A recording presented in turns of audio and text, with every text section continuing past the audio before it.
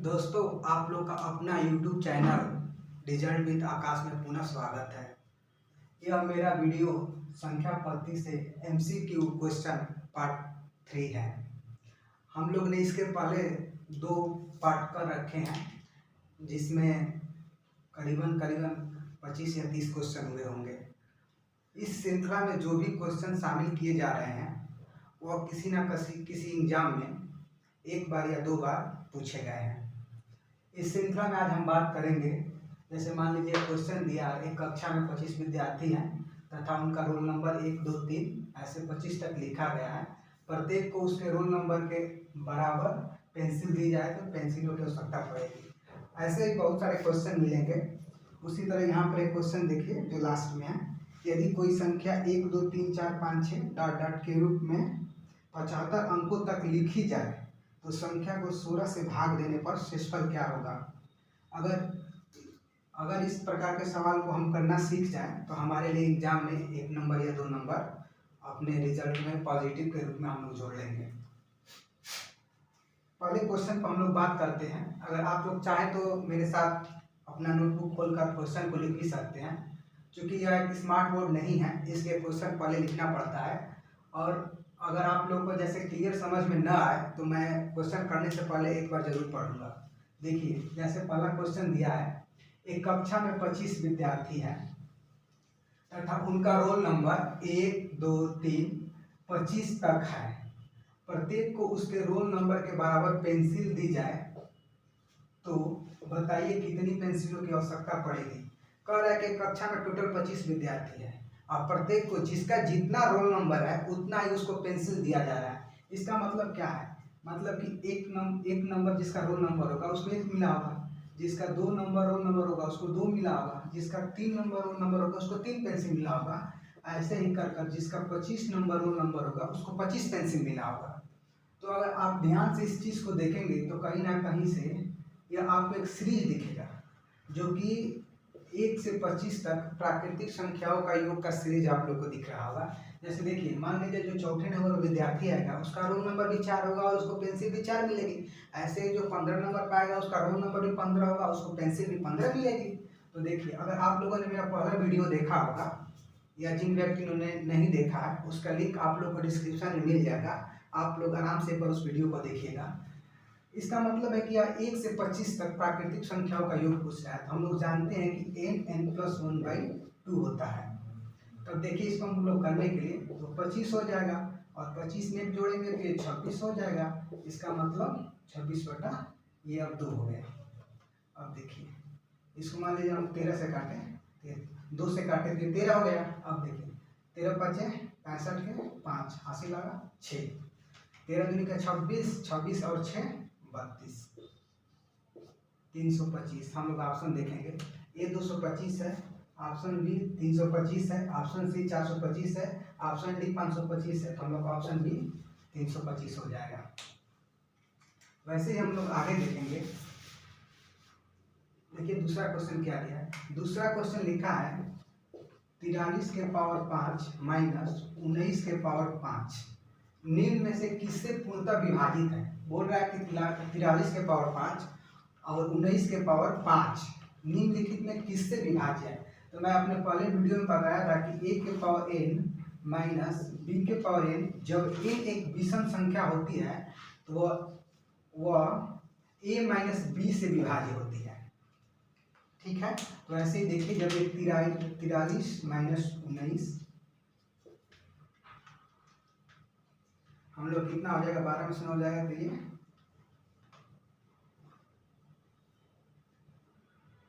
13 हो जाएगा, 13 में से 9 हो जाएगा तो ये 4 हो जाएगा। इसके बाद यहाँ 3 बचेगा, 3 में से जाएगा तो ये 2 हो जाएगा। देखिए आराम से, क्योंकि n का मतलब क्या है, n यहाँ पर 5 है जो कि एक विषम संख्या है और a माइनस बी इसके फॉर्म में रहता है तो a माइनस बी से विभाज्य होता है। ऐसे ही देखिए, यह 24 से विभाज्य होगा। हम लोग ऑप्शन चेक करेंगे तो पहला ऑप्शन 24 है, हम लोग का पहला ऑप्शन 24 सही हो जाएगा।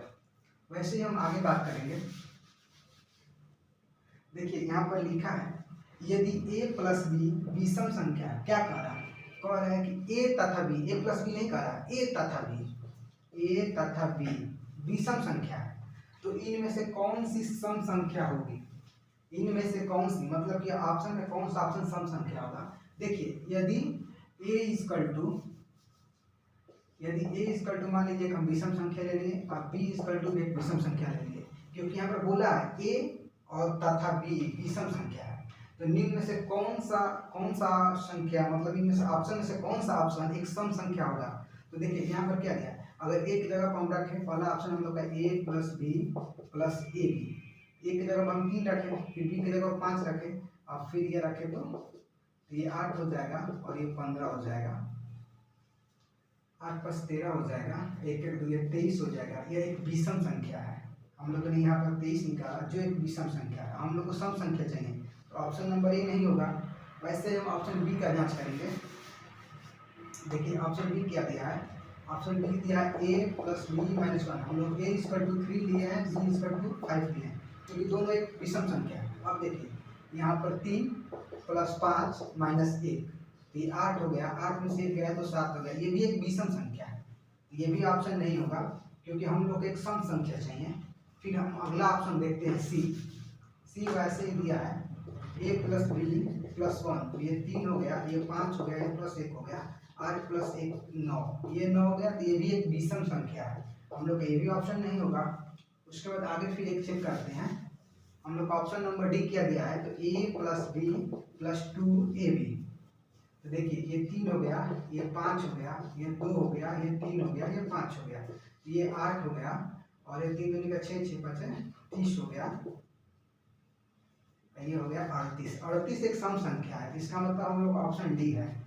इस प्रकार का सवाल को हल करने के लिए हम लोग इस बात का बिल्कुल ध्यान रखना चाहिए कि सबसे छोटी सम संख्या जो पूछे, मतलब सम संख्या के बारे में सवाल दिया हो या विषम संख्या के बारे में सवाल दिया हो, 2 संख्याओं के बारे में दिया हो या 3 संख्याओं के बारे में दिया हो, तो हम लोग अपने स्टार्टिंग से अगर उस संख्या को रख ले तो हम लोग आराम से अपना सवाल निकाल लेंगे। अब इसमें हम लोग को बड़ा अंक नहीं लेना चाहिए। कोई कहेगा कि मान लीजिए आपने 23 क्यों नहीं लिया, 25 क्यों नहीं लिया, वो भी तो विषम संख्या है ना, तो उसको सॉल्व करने के लिए हम लोग को टाइम लगेगा, हम इसीलिए छोटे अंकों को लिया जाता है। और एग्जाम में ऐसे ऑप्शन वाले सवाल के लिए ना छोटे अंकों का मतलब अपने लिए सिलेक्ट करना बेस्ट होता है, जिसमें हमारे टाइम का बचत होता है और जो हम कैलकुलेशन करते हैं उसमें सत्यता की ज़्यादा प्रधानता रहती है, मतलब कि सत्य होने की ज़्यादा गारंटी रहती है। ठीक है, फिर हम लोग आगे देखेंगे 4 नंबर क्वेश्चन की क्या दिया है। 4 नंबर क्वेश्चन देखिए, संख्या 1140 के कुल कितने सम गुणनखंड होंगे, कुल कितने सम गुणनखंड होंगे। मैंने एक संख्या पद्धति पर वीडियो नंबर 5 बनाया है, जो कि मुश्किल से लग रहा है कि 10 या 15 मिनट का होगा। उसमें आप देखेंगे ना तो सम गुणनखंडों की संख्या, विषम गुणनखंडों की संख्या, गुणनखंडों की संख्या निकालने हमने सिखाया है, आपको नीचे उसका लिंक मिल जाएगा। तो पूछा है कि 1140 के कुल कितने सम गुणनखंड होंगे। तो पहले 1140 को हम लोग लिख लेते हैं, उसके बाद इसको हम लोग तोड़ते हैं। ये 5 हो गया, ये 7 हो गया, ये 0 हो गया, फिर इसको तोड़ते हैं, ये 2 हो गया, ये 8 हो गया, ये फिर 5 हो गया, फिर इसको तोड़ते हैं, फिर इसको हम 5 से तोड़ते हैं, ये 50 25 हो गया, 3 35 7 35 हो गया,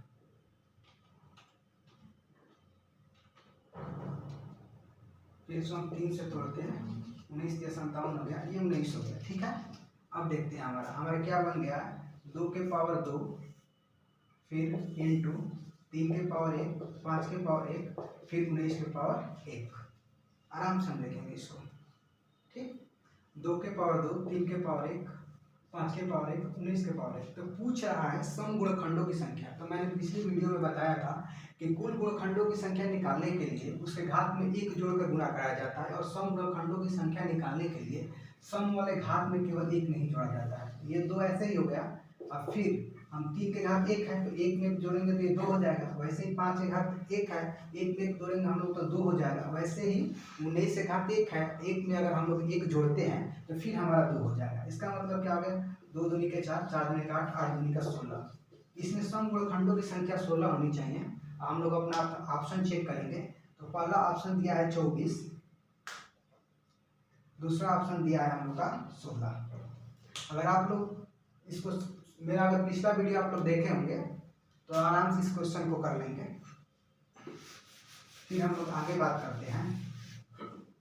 उसके बाद आगे एक बहुत छोटा क्वेश्चन दिया है, दिया है कि 6 अंकों की सबसे बड़ी संख्या तथा 5 अंकों की सबसे छोटी संख्या का योगफल क्या होगा। चूंकि मैं बहुत सारी बुकें देखा तो उसमें प्रत्येक बुक में ना इससे 2-3 क्वेश्चन लगाया था। मैंने सोचा कि क्वेश्चन इसको शामिल कर लिया जाए। बोला है कि 6 अंकों की सबसे बड़ी संख्या मतलब कि 6 9। उसके बाद पूछा कि 5 अंकों की सबसे छोटी संख्या। अगर 5 अंकों की छोटी संख्या का हम बात करें तो हम लोग का ये हो जाएगा। अब ऐसे अगर हमको पता है कि आप सभी लोगों को पता होगा बड़ी संख्या छोटी संख्या, लेकिन अगर कोई नहीं जानता है तो ऐसे उसको जानने के लिए अगर हम लोग के लिए 1 अंक सबसे बड़ा पूछे तो 9 हो जाएगा। वैसे ही 2 अंक सबसे बड़ा पूछे तो 99 हो जाएगा। वैसे ही 1 अंक का छोटी पूछे तो 1 हो जाएगा। और 1 अंक का 2 अंकों का छोटी पूछे तो 1 के बाद 0 10 मतलब 10 हो जाएगा, क्योंकि 10 के बाद फिर 2 अंकों की संख्या चालू हो जाती है। जहाँ से चालू होगा उसी संख्या को हम लेंगे छोटी के रूप में। तो वैसे ही लिखा जाता है। अगर 6 अंकों को पूछा है तो 6 9 लिख दीजिए। अगर 5 अंकों को पूछा है तो 1 लगा के 4 0 लगा दीजिए तो हो जाएगा। अब इसका हम लोग का योग निकालना है। ये 9 हो जाएगा, ये 9 हो जाएगा, ये 9 हो जाएगा, 9 10 10 हो जाएगा। 100 99 99 हम लोग कोई ऑप्शन होना चाहिए। ये 19 19 999 ये हम लोग का ऑप्शन नहीं है। ऐसे ही बी चेक करेंगे। 100 99 हम लोग का ऑप्शन बी सही हो जाएगा। वैसे ही हम लोग अब आगे बात करेंगे। आगे क्वेश्चन दिया है ना कि पहली 991 प्राकृतिक संख्याओं में कितनी ऐसी संख्या है। बात को समझे ना हम लोग। पहली 991 प्राकृतिक संख्याओं में कितनी ऐसी संख्या है जो 13 तथा 12 की गुणज है। बात को हम लोग आराम से समझेंगे। बोल रहा है कि पहली 991 प्राकृतिक संख्याओं में कितनी ऐसी संख्या है जो 13 तथा 12 की गुणज है। तो मान लीजिए मैं जैसे बोल दूं कि पहली 1 से 20 तक संख्याओं में ऐसी कितनी संख्या है जो 3 और 2 का गुणज है। इसका मतलब आप क्या करेंगे, आप कहेंगे 1 2 3 4 5 6 7 8 9 10 11 12 13 14 15 16 17 18 19 20। मैं बोला कि 1 से 20 तक संख्याओं में ऐसी कितनी संख्या है जो 2 और 3 की गुणज है। 2 और 3 का गुणज का मतलब कि वो 2 से भी कटे और 3 से भी कटे। तो देखिए हम लोग का पहला एक संख्या मिलेगी यहाँ पर 6। उसके बाद एक हम चेक करेंगे तो यहाँ पर हम लोग को 12 मिलेगा। फिर 12 के बाद कोई नहीं मिलेगा, 18 मिलेगा। ऐसी केवल 1 से 20 तक 3 ही संख्या है जो 2 और 3 दोनों से कटती है। इसका मतलब अगर 20 में हम लोग 6 से भागा देते तभी हम लोग का 3 आ जाता, क्योंकि हम लोग को इसका शेष से मतलब नहीं है। एग्जैक्ट 3 ही संख्या है जो कि 2 और 3 से कटेगी। वैसे ही हम लोग इसको देखेंगे। वो लिखा है कि हम लोग का क्वेश्चन तो देखेंगे। अगर एक छोटा सा बात समझ गए तो हम इसको कर लेंगे आराम से। पहली 991 तक 991 मतलब कि 1 से 991 तक लिखा जाए तो 13 तथा 12 की गुणज है। तो 13 12 का गुणज, इसका मतलब कि 13 और दोनों के 12 का गुणज जितना होगा उससे भागा दिया जाए तो पता चल जाएगा कितनी वो संख्या है। तो 991 हो गया, ये बल्कि 36 हो गया, और 12 3 15 156 हो गया। और हम लोग को 991 में 156 से भाग देना है। अगर 5 6 वाले चलते हैं तो 6 हो गया, 6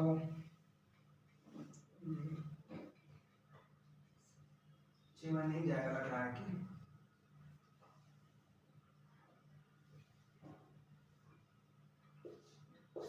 7 वाले चलते हैं हम लोग।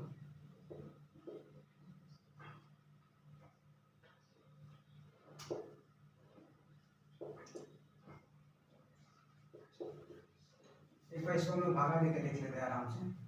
ये सही है ना, 991 है। उसके बाद 13 गुना 12 बढ़ती है 36, 12 3 15 156 सही है। ये पूरा कटेगा नहीं, उससे हम लोग को मतलब नहीं है। 6 बार देखते हैं, 6 हो जाएगा, 6 5 30 और 3 35 हो जाएगा। 6 6 का 36, 6 5 30 3 35। उसके बाद 6 3 9 936 हो जाएगा। इसका मतलब क्या हो गया, ये कितना बच जाएगा हम लोग का। इसका मतलब कि 6 बार ही जाएगा पूर्णतः। ऐसी 6 ही संख्या होगी जो कि 13 और 12 की गुणज होगी। हम लोग उसके शेष से मतलब नहीं है, क्योंकि मैं अभी 1 से 20 तक संख्याओं को लिख कर दिखाया कि उसमें कितनी संख्या होगी जो 2 और 3 दोनों से कटेगी। वैसे ही यहाँ पर पूछा है कि जो 13 और 12 दोनों से कटेगी। ऐसे हम लोग आगे देखेंगे। आगे दिया है कि निम्न में से कौन सी संख्या अभाज्य संख्या है।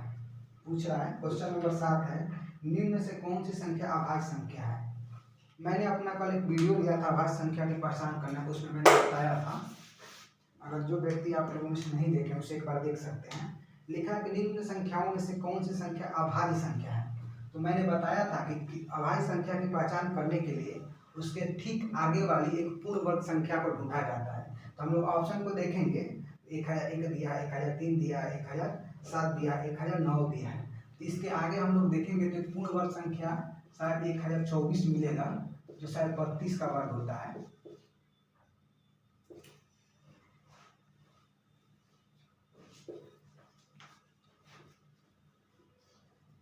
दो दूनी के 4, तीन दूनी के 6,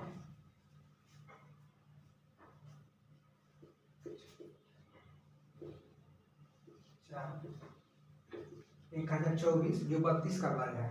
तो हम लोग आगे देखेंगे कि इसमें हम लोग 32 मतलब कि अगर 1003, 1007 और 1009 और 1001 के आगे अगर पूर्ण वर्ग संख्या ढूंढे हम लोग तो मिल जाएंगे 1024 जो 32 का वर्ग है। अब क्या करना था हम लोग का, तो 32 से पहले जितनी अभाज्य संख्याएं पड़ती हैं, जैसे देखिए अब 32 से पहले कौन कौन सी पड़ेगी। एक तो 2 पड़ेगा, 3 पड़ेगा, 5 पड़ेगा, 7 पड़ेगा, 11 पड़ेगा, 13 पड़ेगा, 13 के बाद 17 पड़ेगा, 17 के बाद 19 पड़ेगा, 19 के बाद हम लोग का 23 पड़ेगा, 23 के बाद 29 पड़ेगा, 29 के बाद 31 पड़ेगा, 31 के बाद हम लोग का मतलब 32 के पहले इतनी ही अभाज्य संख्या आएगी।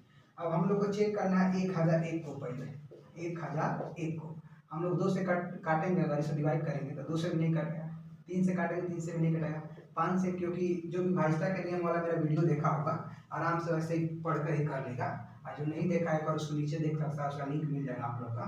वैसे ही 5 से चेक करेंगे तो नहीं कटेगा, क्योंकि इकाई का स्थान पर 0.5 कुछ है ही नहीं। वैसे ही 7 से एक बार चेक करते हैं तो 7 से कम 7 हो जाएगा, फिर हम लोग का 3 ऊपर से बचेगा तो 30 हो जाएगा, 7 चौका 28, फिर हम लोग का कितना बचेगा, 2 1 बचेगा, 21 हो जाएगा। हम लोग का 7 से कट जाएगा, इसका मतलब ये अभाज्य संख्या नहीं है। ठीक, वैसे ही हम इसको चेक करें, अब 1003 को हम लोग चेक करें तो 2 से नहीं कटेगा, क्योंकि इसकी इकाई के स्थान पर कोई सम संख्या नहीं है। 3 से अंकों का योग नहीं है, 5 से 0 और 5 नहीं है, 7 से फिर 7 से चेक करते हैं तो 7 कम 7 है, 3 0, 7 चौका 28, 2 23, 7 से भी नहीं कटेगा, फिर 11 से चेक करते हैं, 11 9 99, 13, फिर 11 से भी नहीं कटेगा, 13 से चेक करते हैं, 13 7 91, 91, फिर 9 3 93, फिर 13 से भी नहीं कटेगा, 17 से एक बार चेक करते हैं, 17 5 85, ये 85 हो गया, फिर बचा ऊपर से 15 3, 17 9 53 से 17 से ये कट जाएगा, ये भी एक अभाज्य संख्या नहीं है। फिर हम लोग तीसरा ऑप्शन देखते हैं, तीसरा हम लोग का ऑप्शन दिया है 1007, इसको चेक करते हैं तो 2 से नहीं कटेगा, 3 से भी नहीं कटेगा, 5 से भी नहीं कटेगा, 7 से चेक करते हैं तो 100, 7 कम 7 3 0, 7 चौका 28, 2 27, 7 से भी नहीं कटेगा, फिर 11 से चेक करते हैं तो 11 9 99, 1 17 11 से भी नहीं कटेगा, फिर 13 से 63 91, 9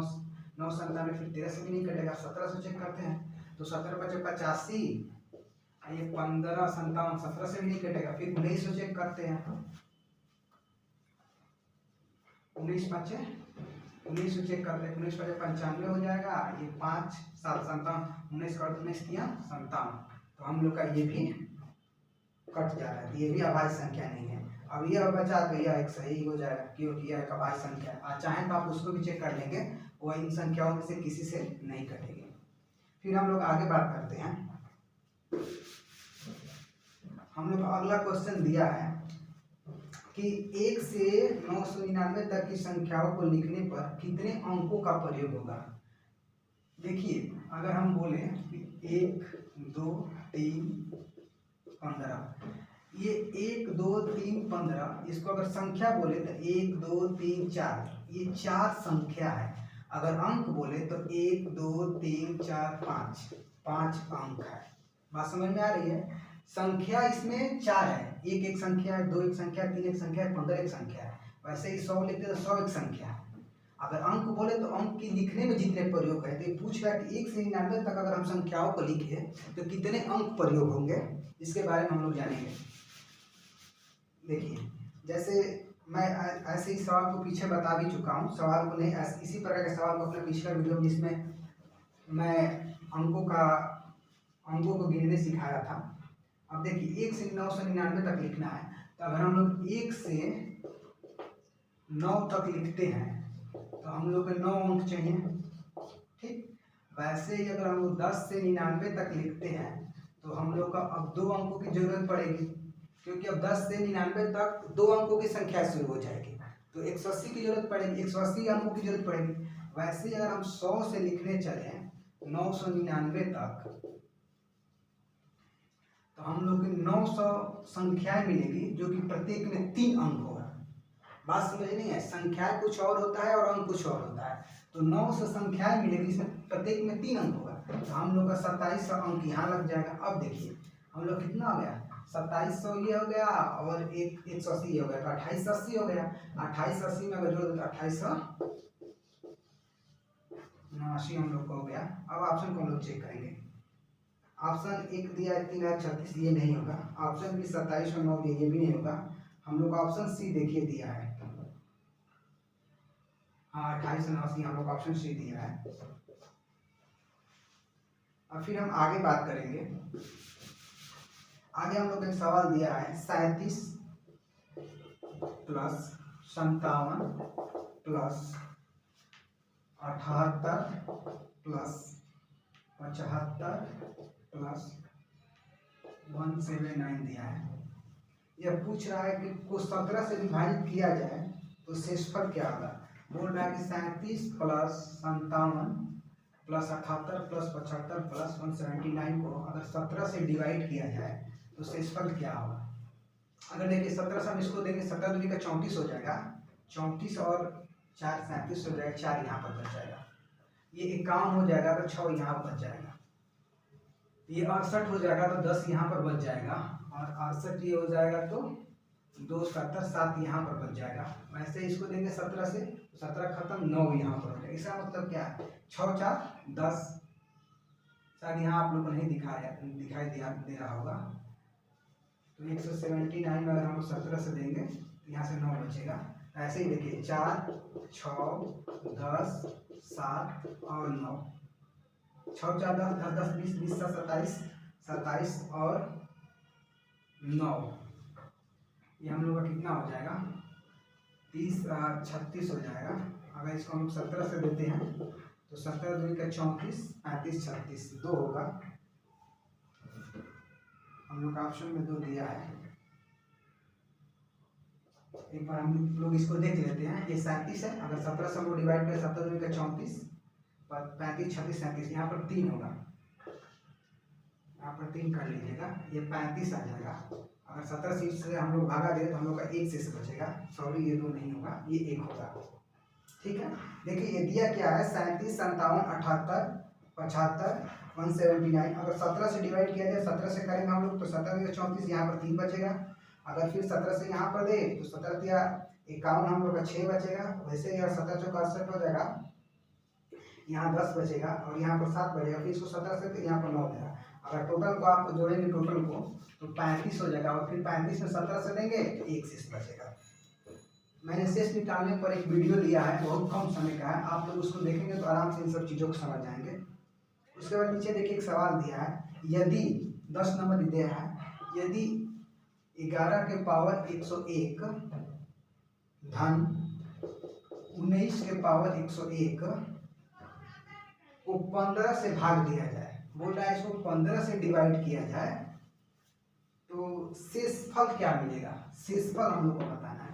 अब देखिए मैंने अपने फर्स्ट वीडियो में बताया था कि ए के पावर n प्लस बी के power n a plus b से डिवाइड होता है जब n इक्वल टू एक विषम संख्या होता है, ठीक है, यहाँ पर दिखाई दे रहा है ना, जब n इक्वल टू एक विषम संख्या है।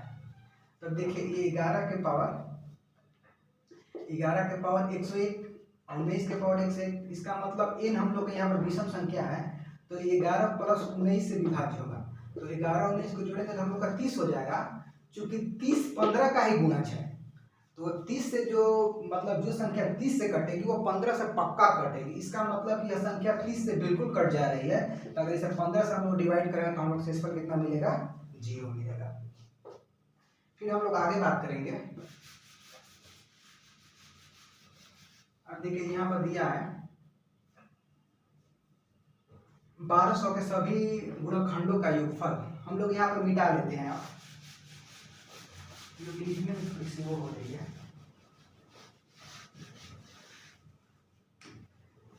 दिया है कि 1200 के सभी गुणनखंडों का योगफल, 1200 दिया है, इसके सभी गुणनखंडों का योगफल पूछ रहा है।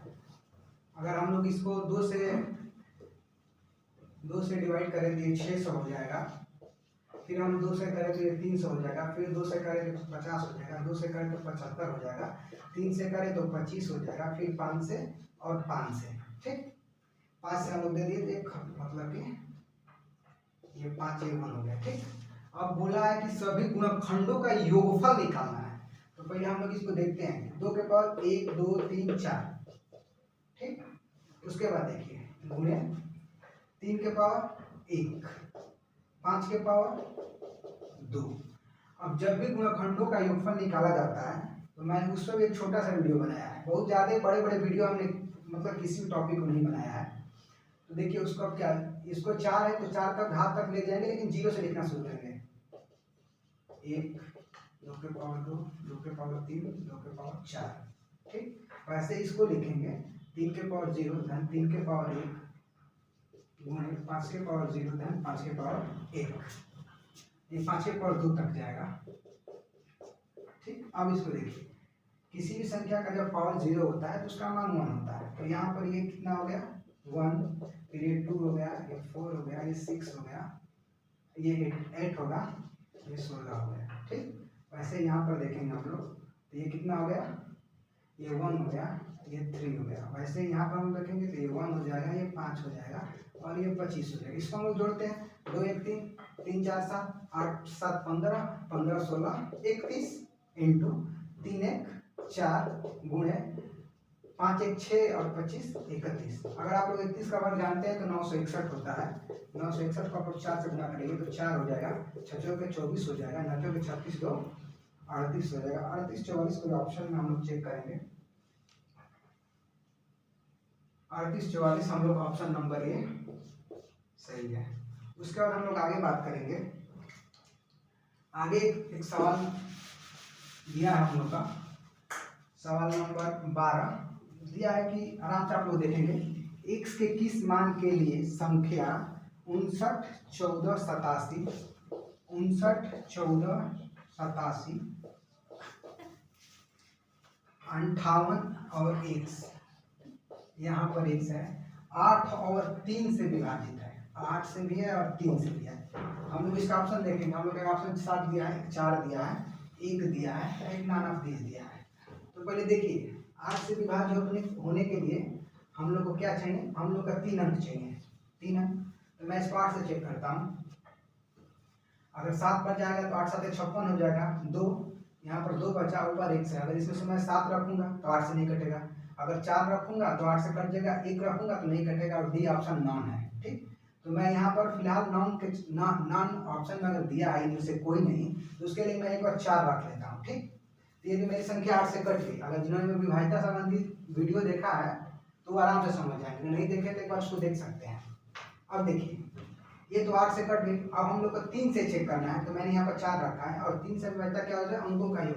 तो 9 5 14 14 1 15 15 4 19 19 और 8 27 27 और 7 34 34 और 5 39 39 और 8 47 47 और 4 51।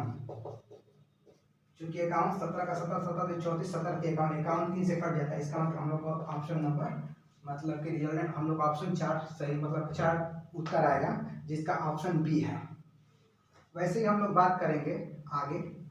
आगे हम लोग का क्वेश्चन नंबर 13 है। 13 को हम लोग देखेंगे। 13 नंबर क्वेश्चन देखिए क्या दिया है।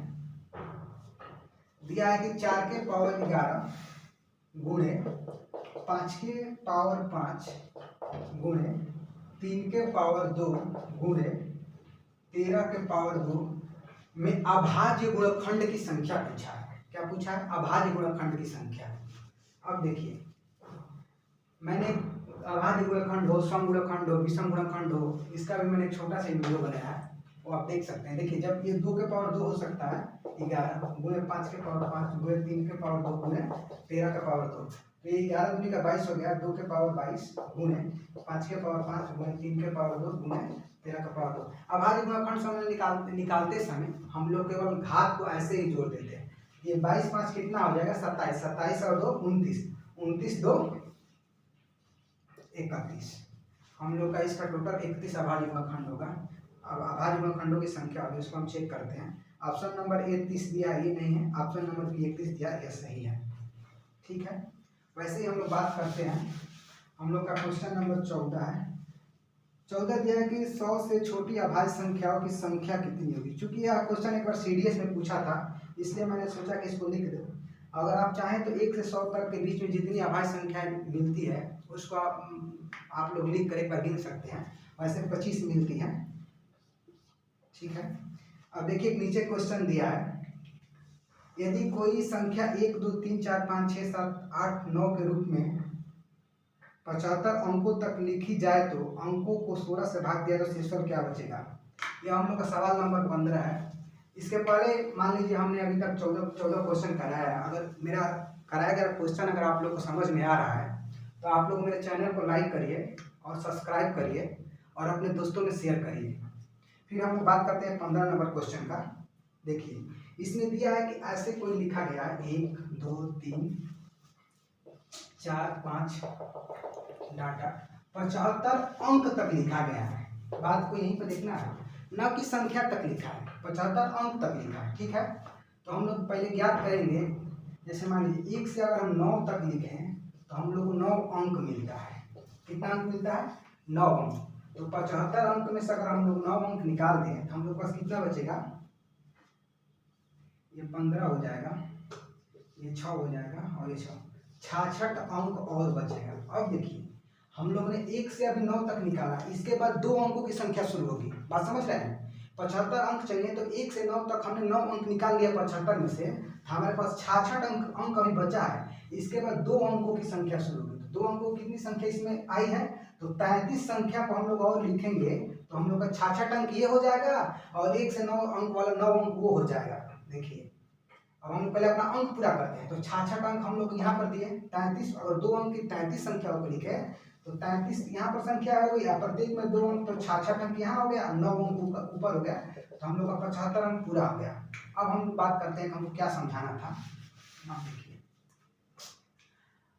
अगर 1 से 9 तक 9 अंक, तो फिर 33 को लिखेंगे तो 66 अंक, ये हम लोग का हो गया 75 अंक। अब देखिए, 33 संख्या इधर है और 9 संख्या उधर है, तो ये 9 3 12, मतलब कि 42 संख्याएं, न कि अंक, मतलब कि 42 संख्याओं का प्रयोग हुआ है जिसमें टोटल अंकों की संख्या 75 है। तो हम बात करते हैं यहाँ पर अब आराम से। इसका मतलब कि लास्ट का जो हम लोग की संख्या होगी 42 होगी और उसके पहले 41 होगा, ऐसे ही डॉट है। तो 16 से विभाज्यता का जो व्यक्ति नियम जानता है, यदि मैंने वीडियो देखा होगा विभाज्यता संबंधी, उसमें मैंने बताया कि 16 का विभाज्य होने के लिए अंतिम 4 अंकों को केवल चेक किया जाता है। अब इसे हम लोग चेक करेंगे कि 16 से कट रहा है कि कितना शेष बचा है। ठीक है, अब देखिए हम लोग इसको 16 से भाग देते हैं तो 16 में हम लोग को 32 हो जाएगा। ठीक, तो ये 11 हो जाएगा, ये 9 हो जाएगा और उसके बाद ऊपर से आ जाएगा 4, 16 5 80 हो जाएगा, 5 ही बच जाएगा। लग रहा है कि एक बार चेक कर लेते हैं, 4 और इसके बाद ये कितना आ गया 1, फिर ऊपर से 2, अब 128 हो जाएगा। तो हम लोग चेक करते हैं तो 12 हो गया, 12 में से 8 गया तो 4 हो गया, 3 14। इसका मतलब हम लोग का शेषफल कितना आएगा 14। हम लोग ऑप्शन चेक करेंगे तो ऑप्शन ए में ही लिखा है 14। आप इस सवाल को आराम समझ जाएंगे क्योंकि ये 75 तक संख्या नहीं बोला है, अंकों को बोला है। अगर आपने मेरे द्वारा बताए गए सारे क्वेश्चन से अगर आपको लग रहा है कि कहीं ना कहीं से लोगों को संतुष्टि मिली है या किसी एग्जाम में लाभ मिल सकता है, तो आप लोग मेरे चैनल को लाइक करिए और अपने दोस्तों को भी शेयर करिए और सपोर्ट करिए। आप चाहें तो स्क्रीनशॉट ले सकते हैं। पूरा वीडियो देखने के लिए धन्यवाद।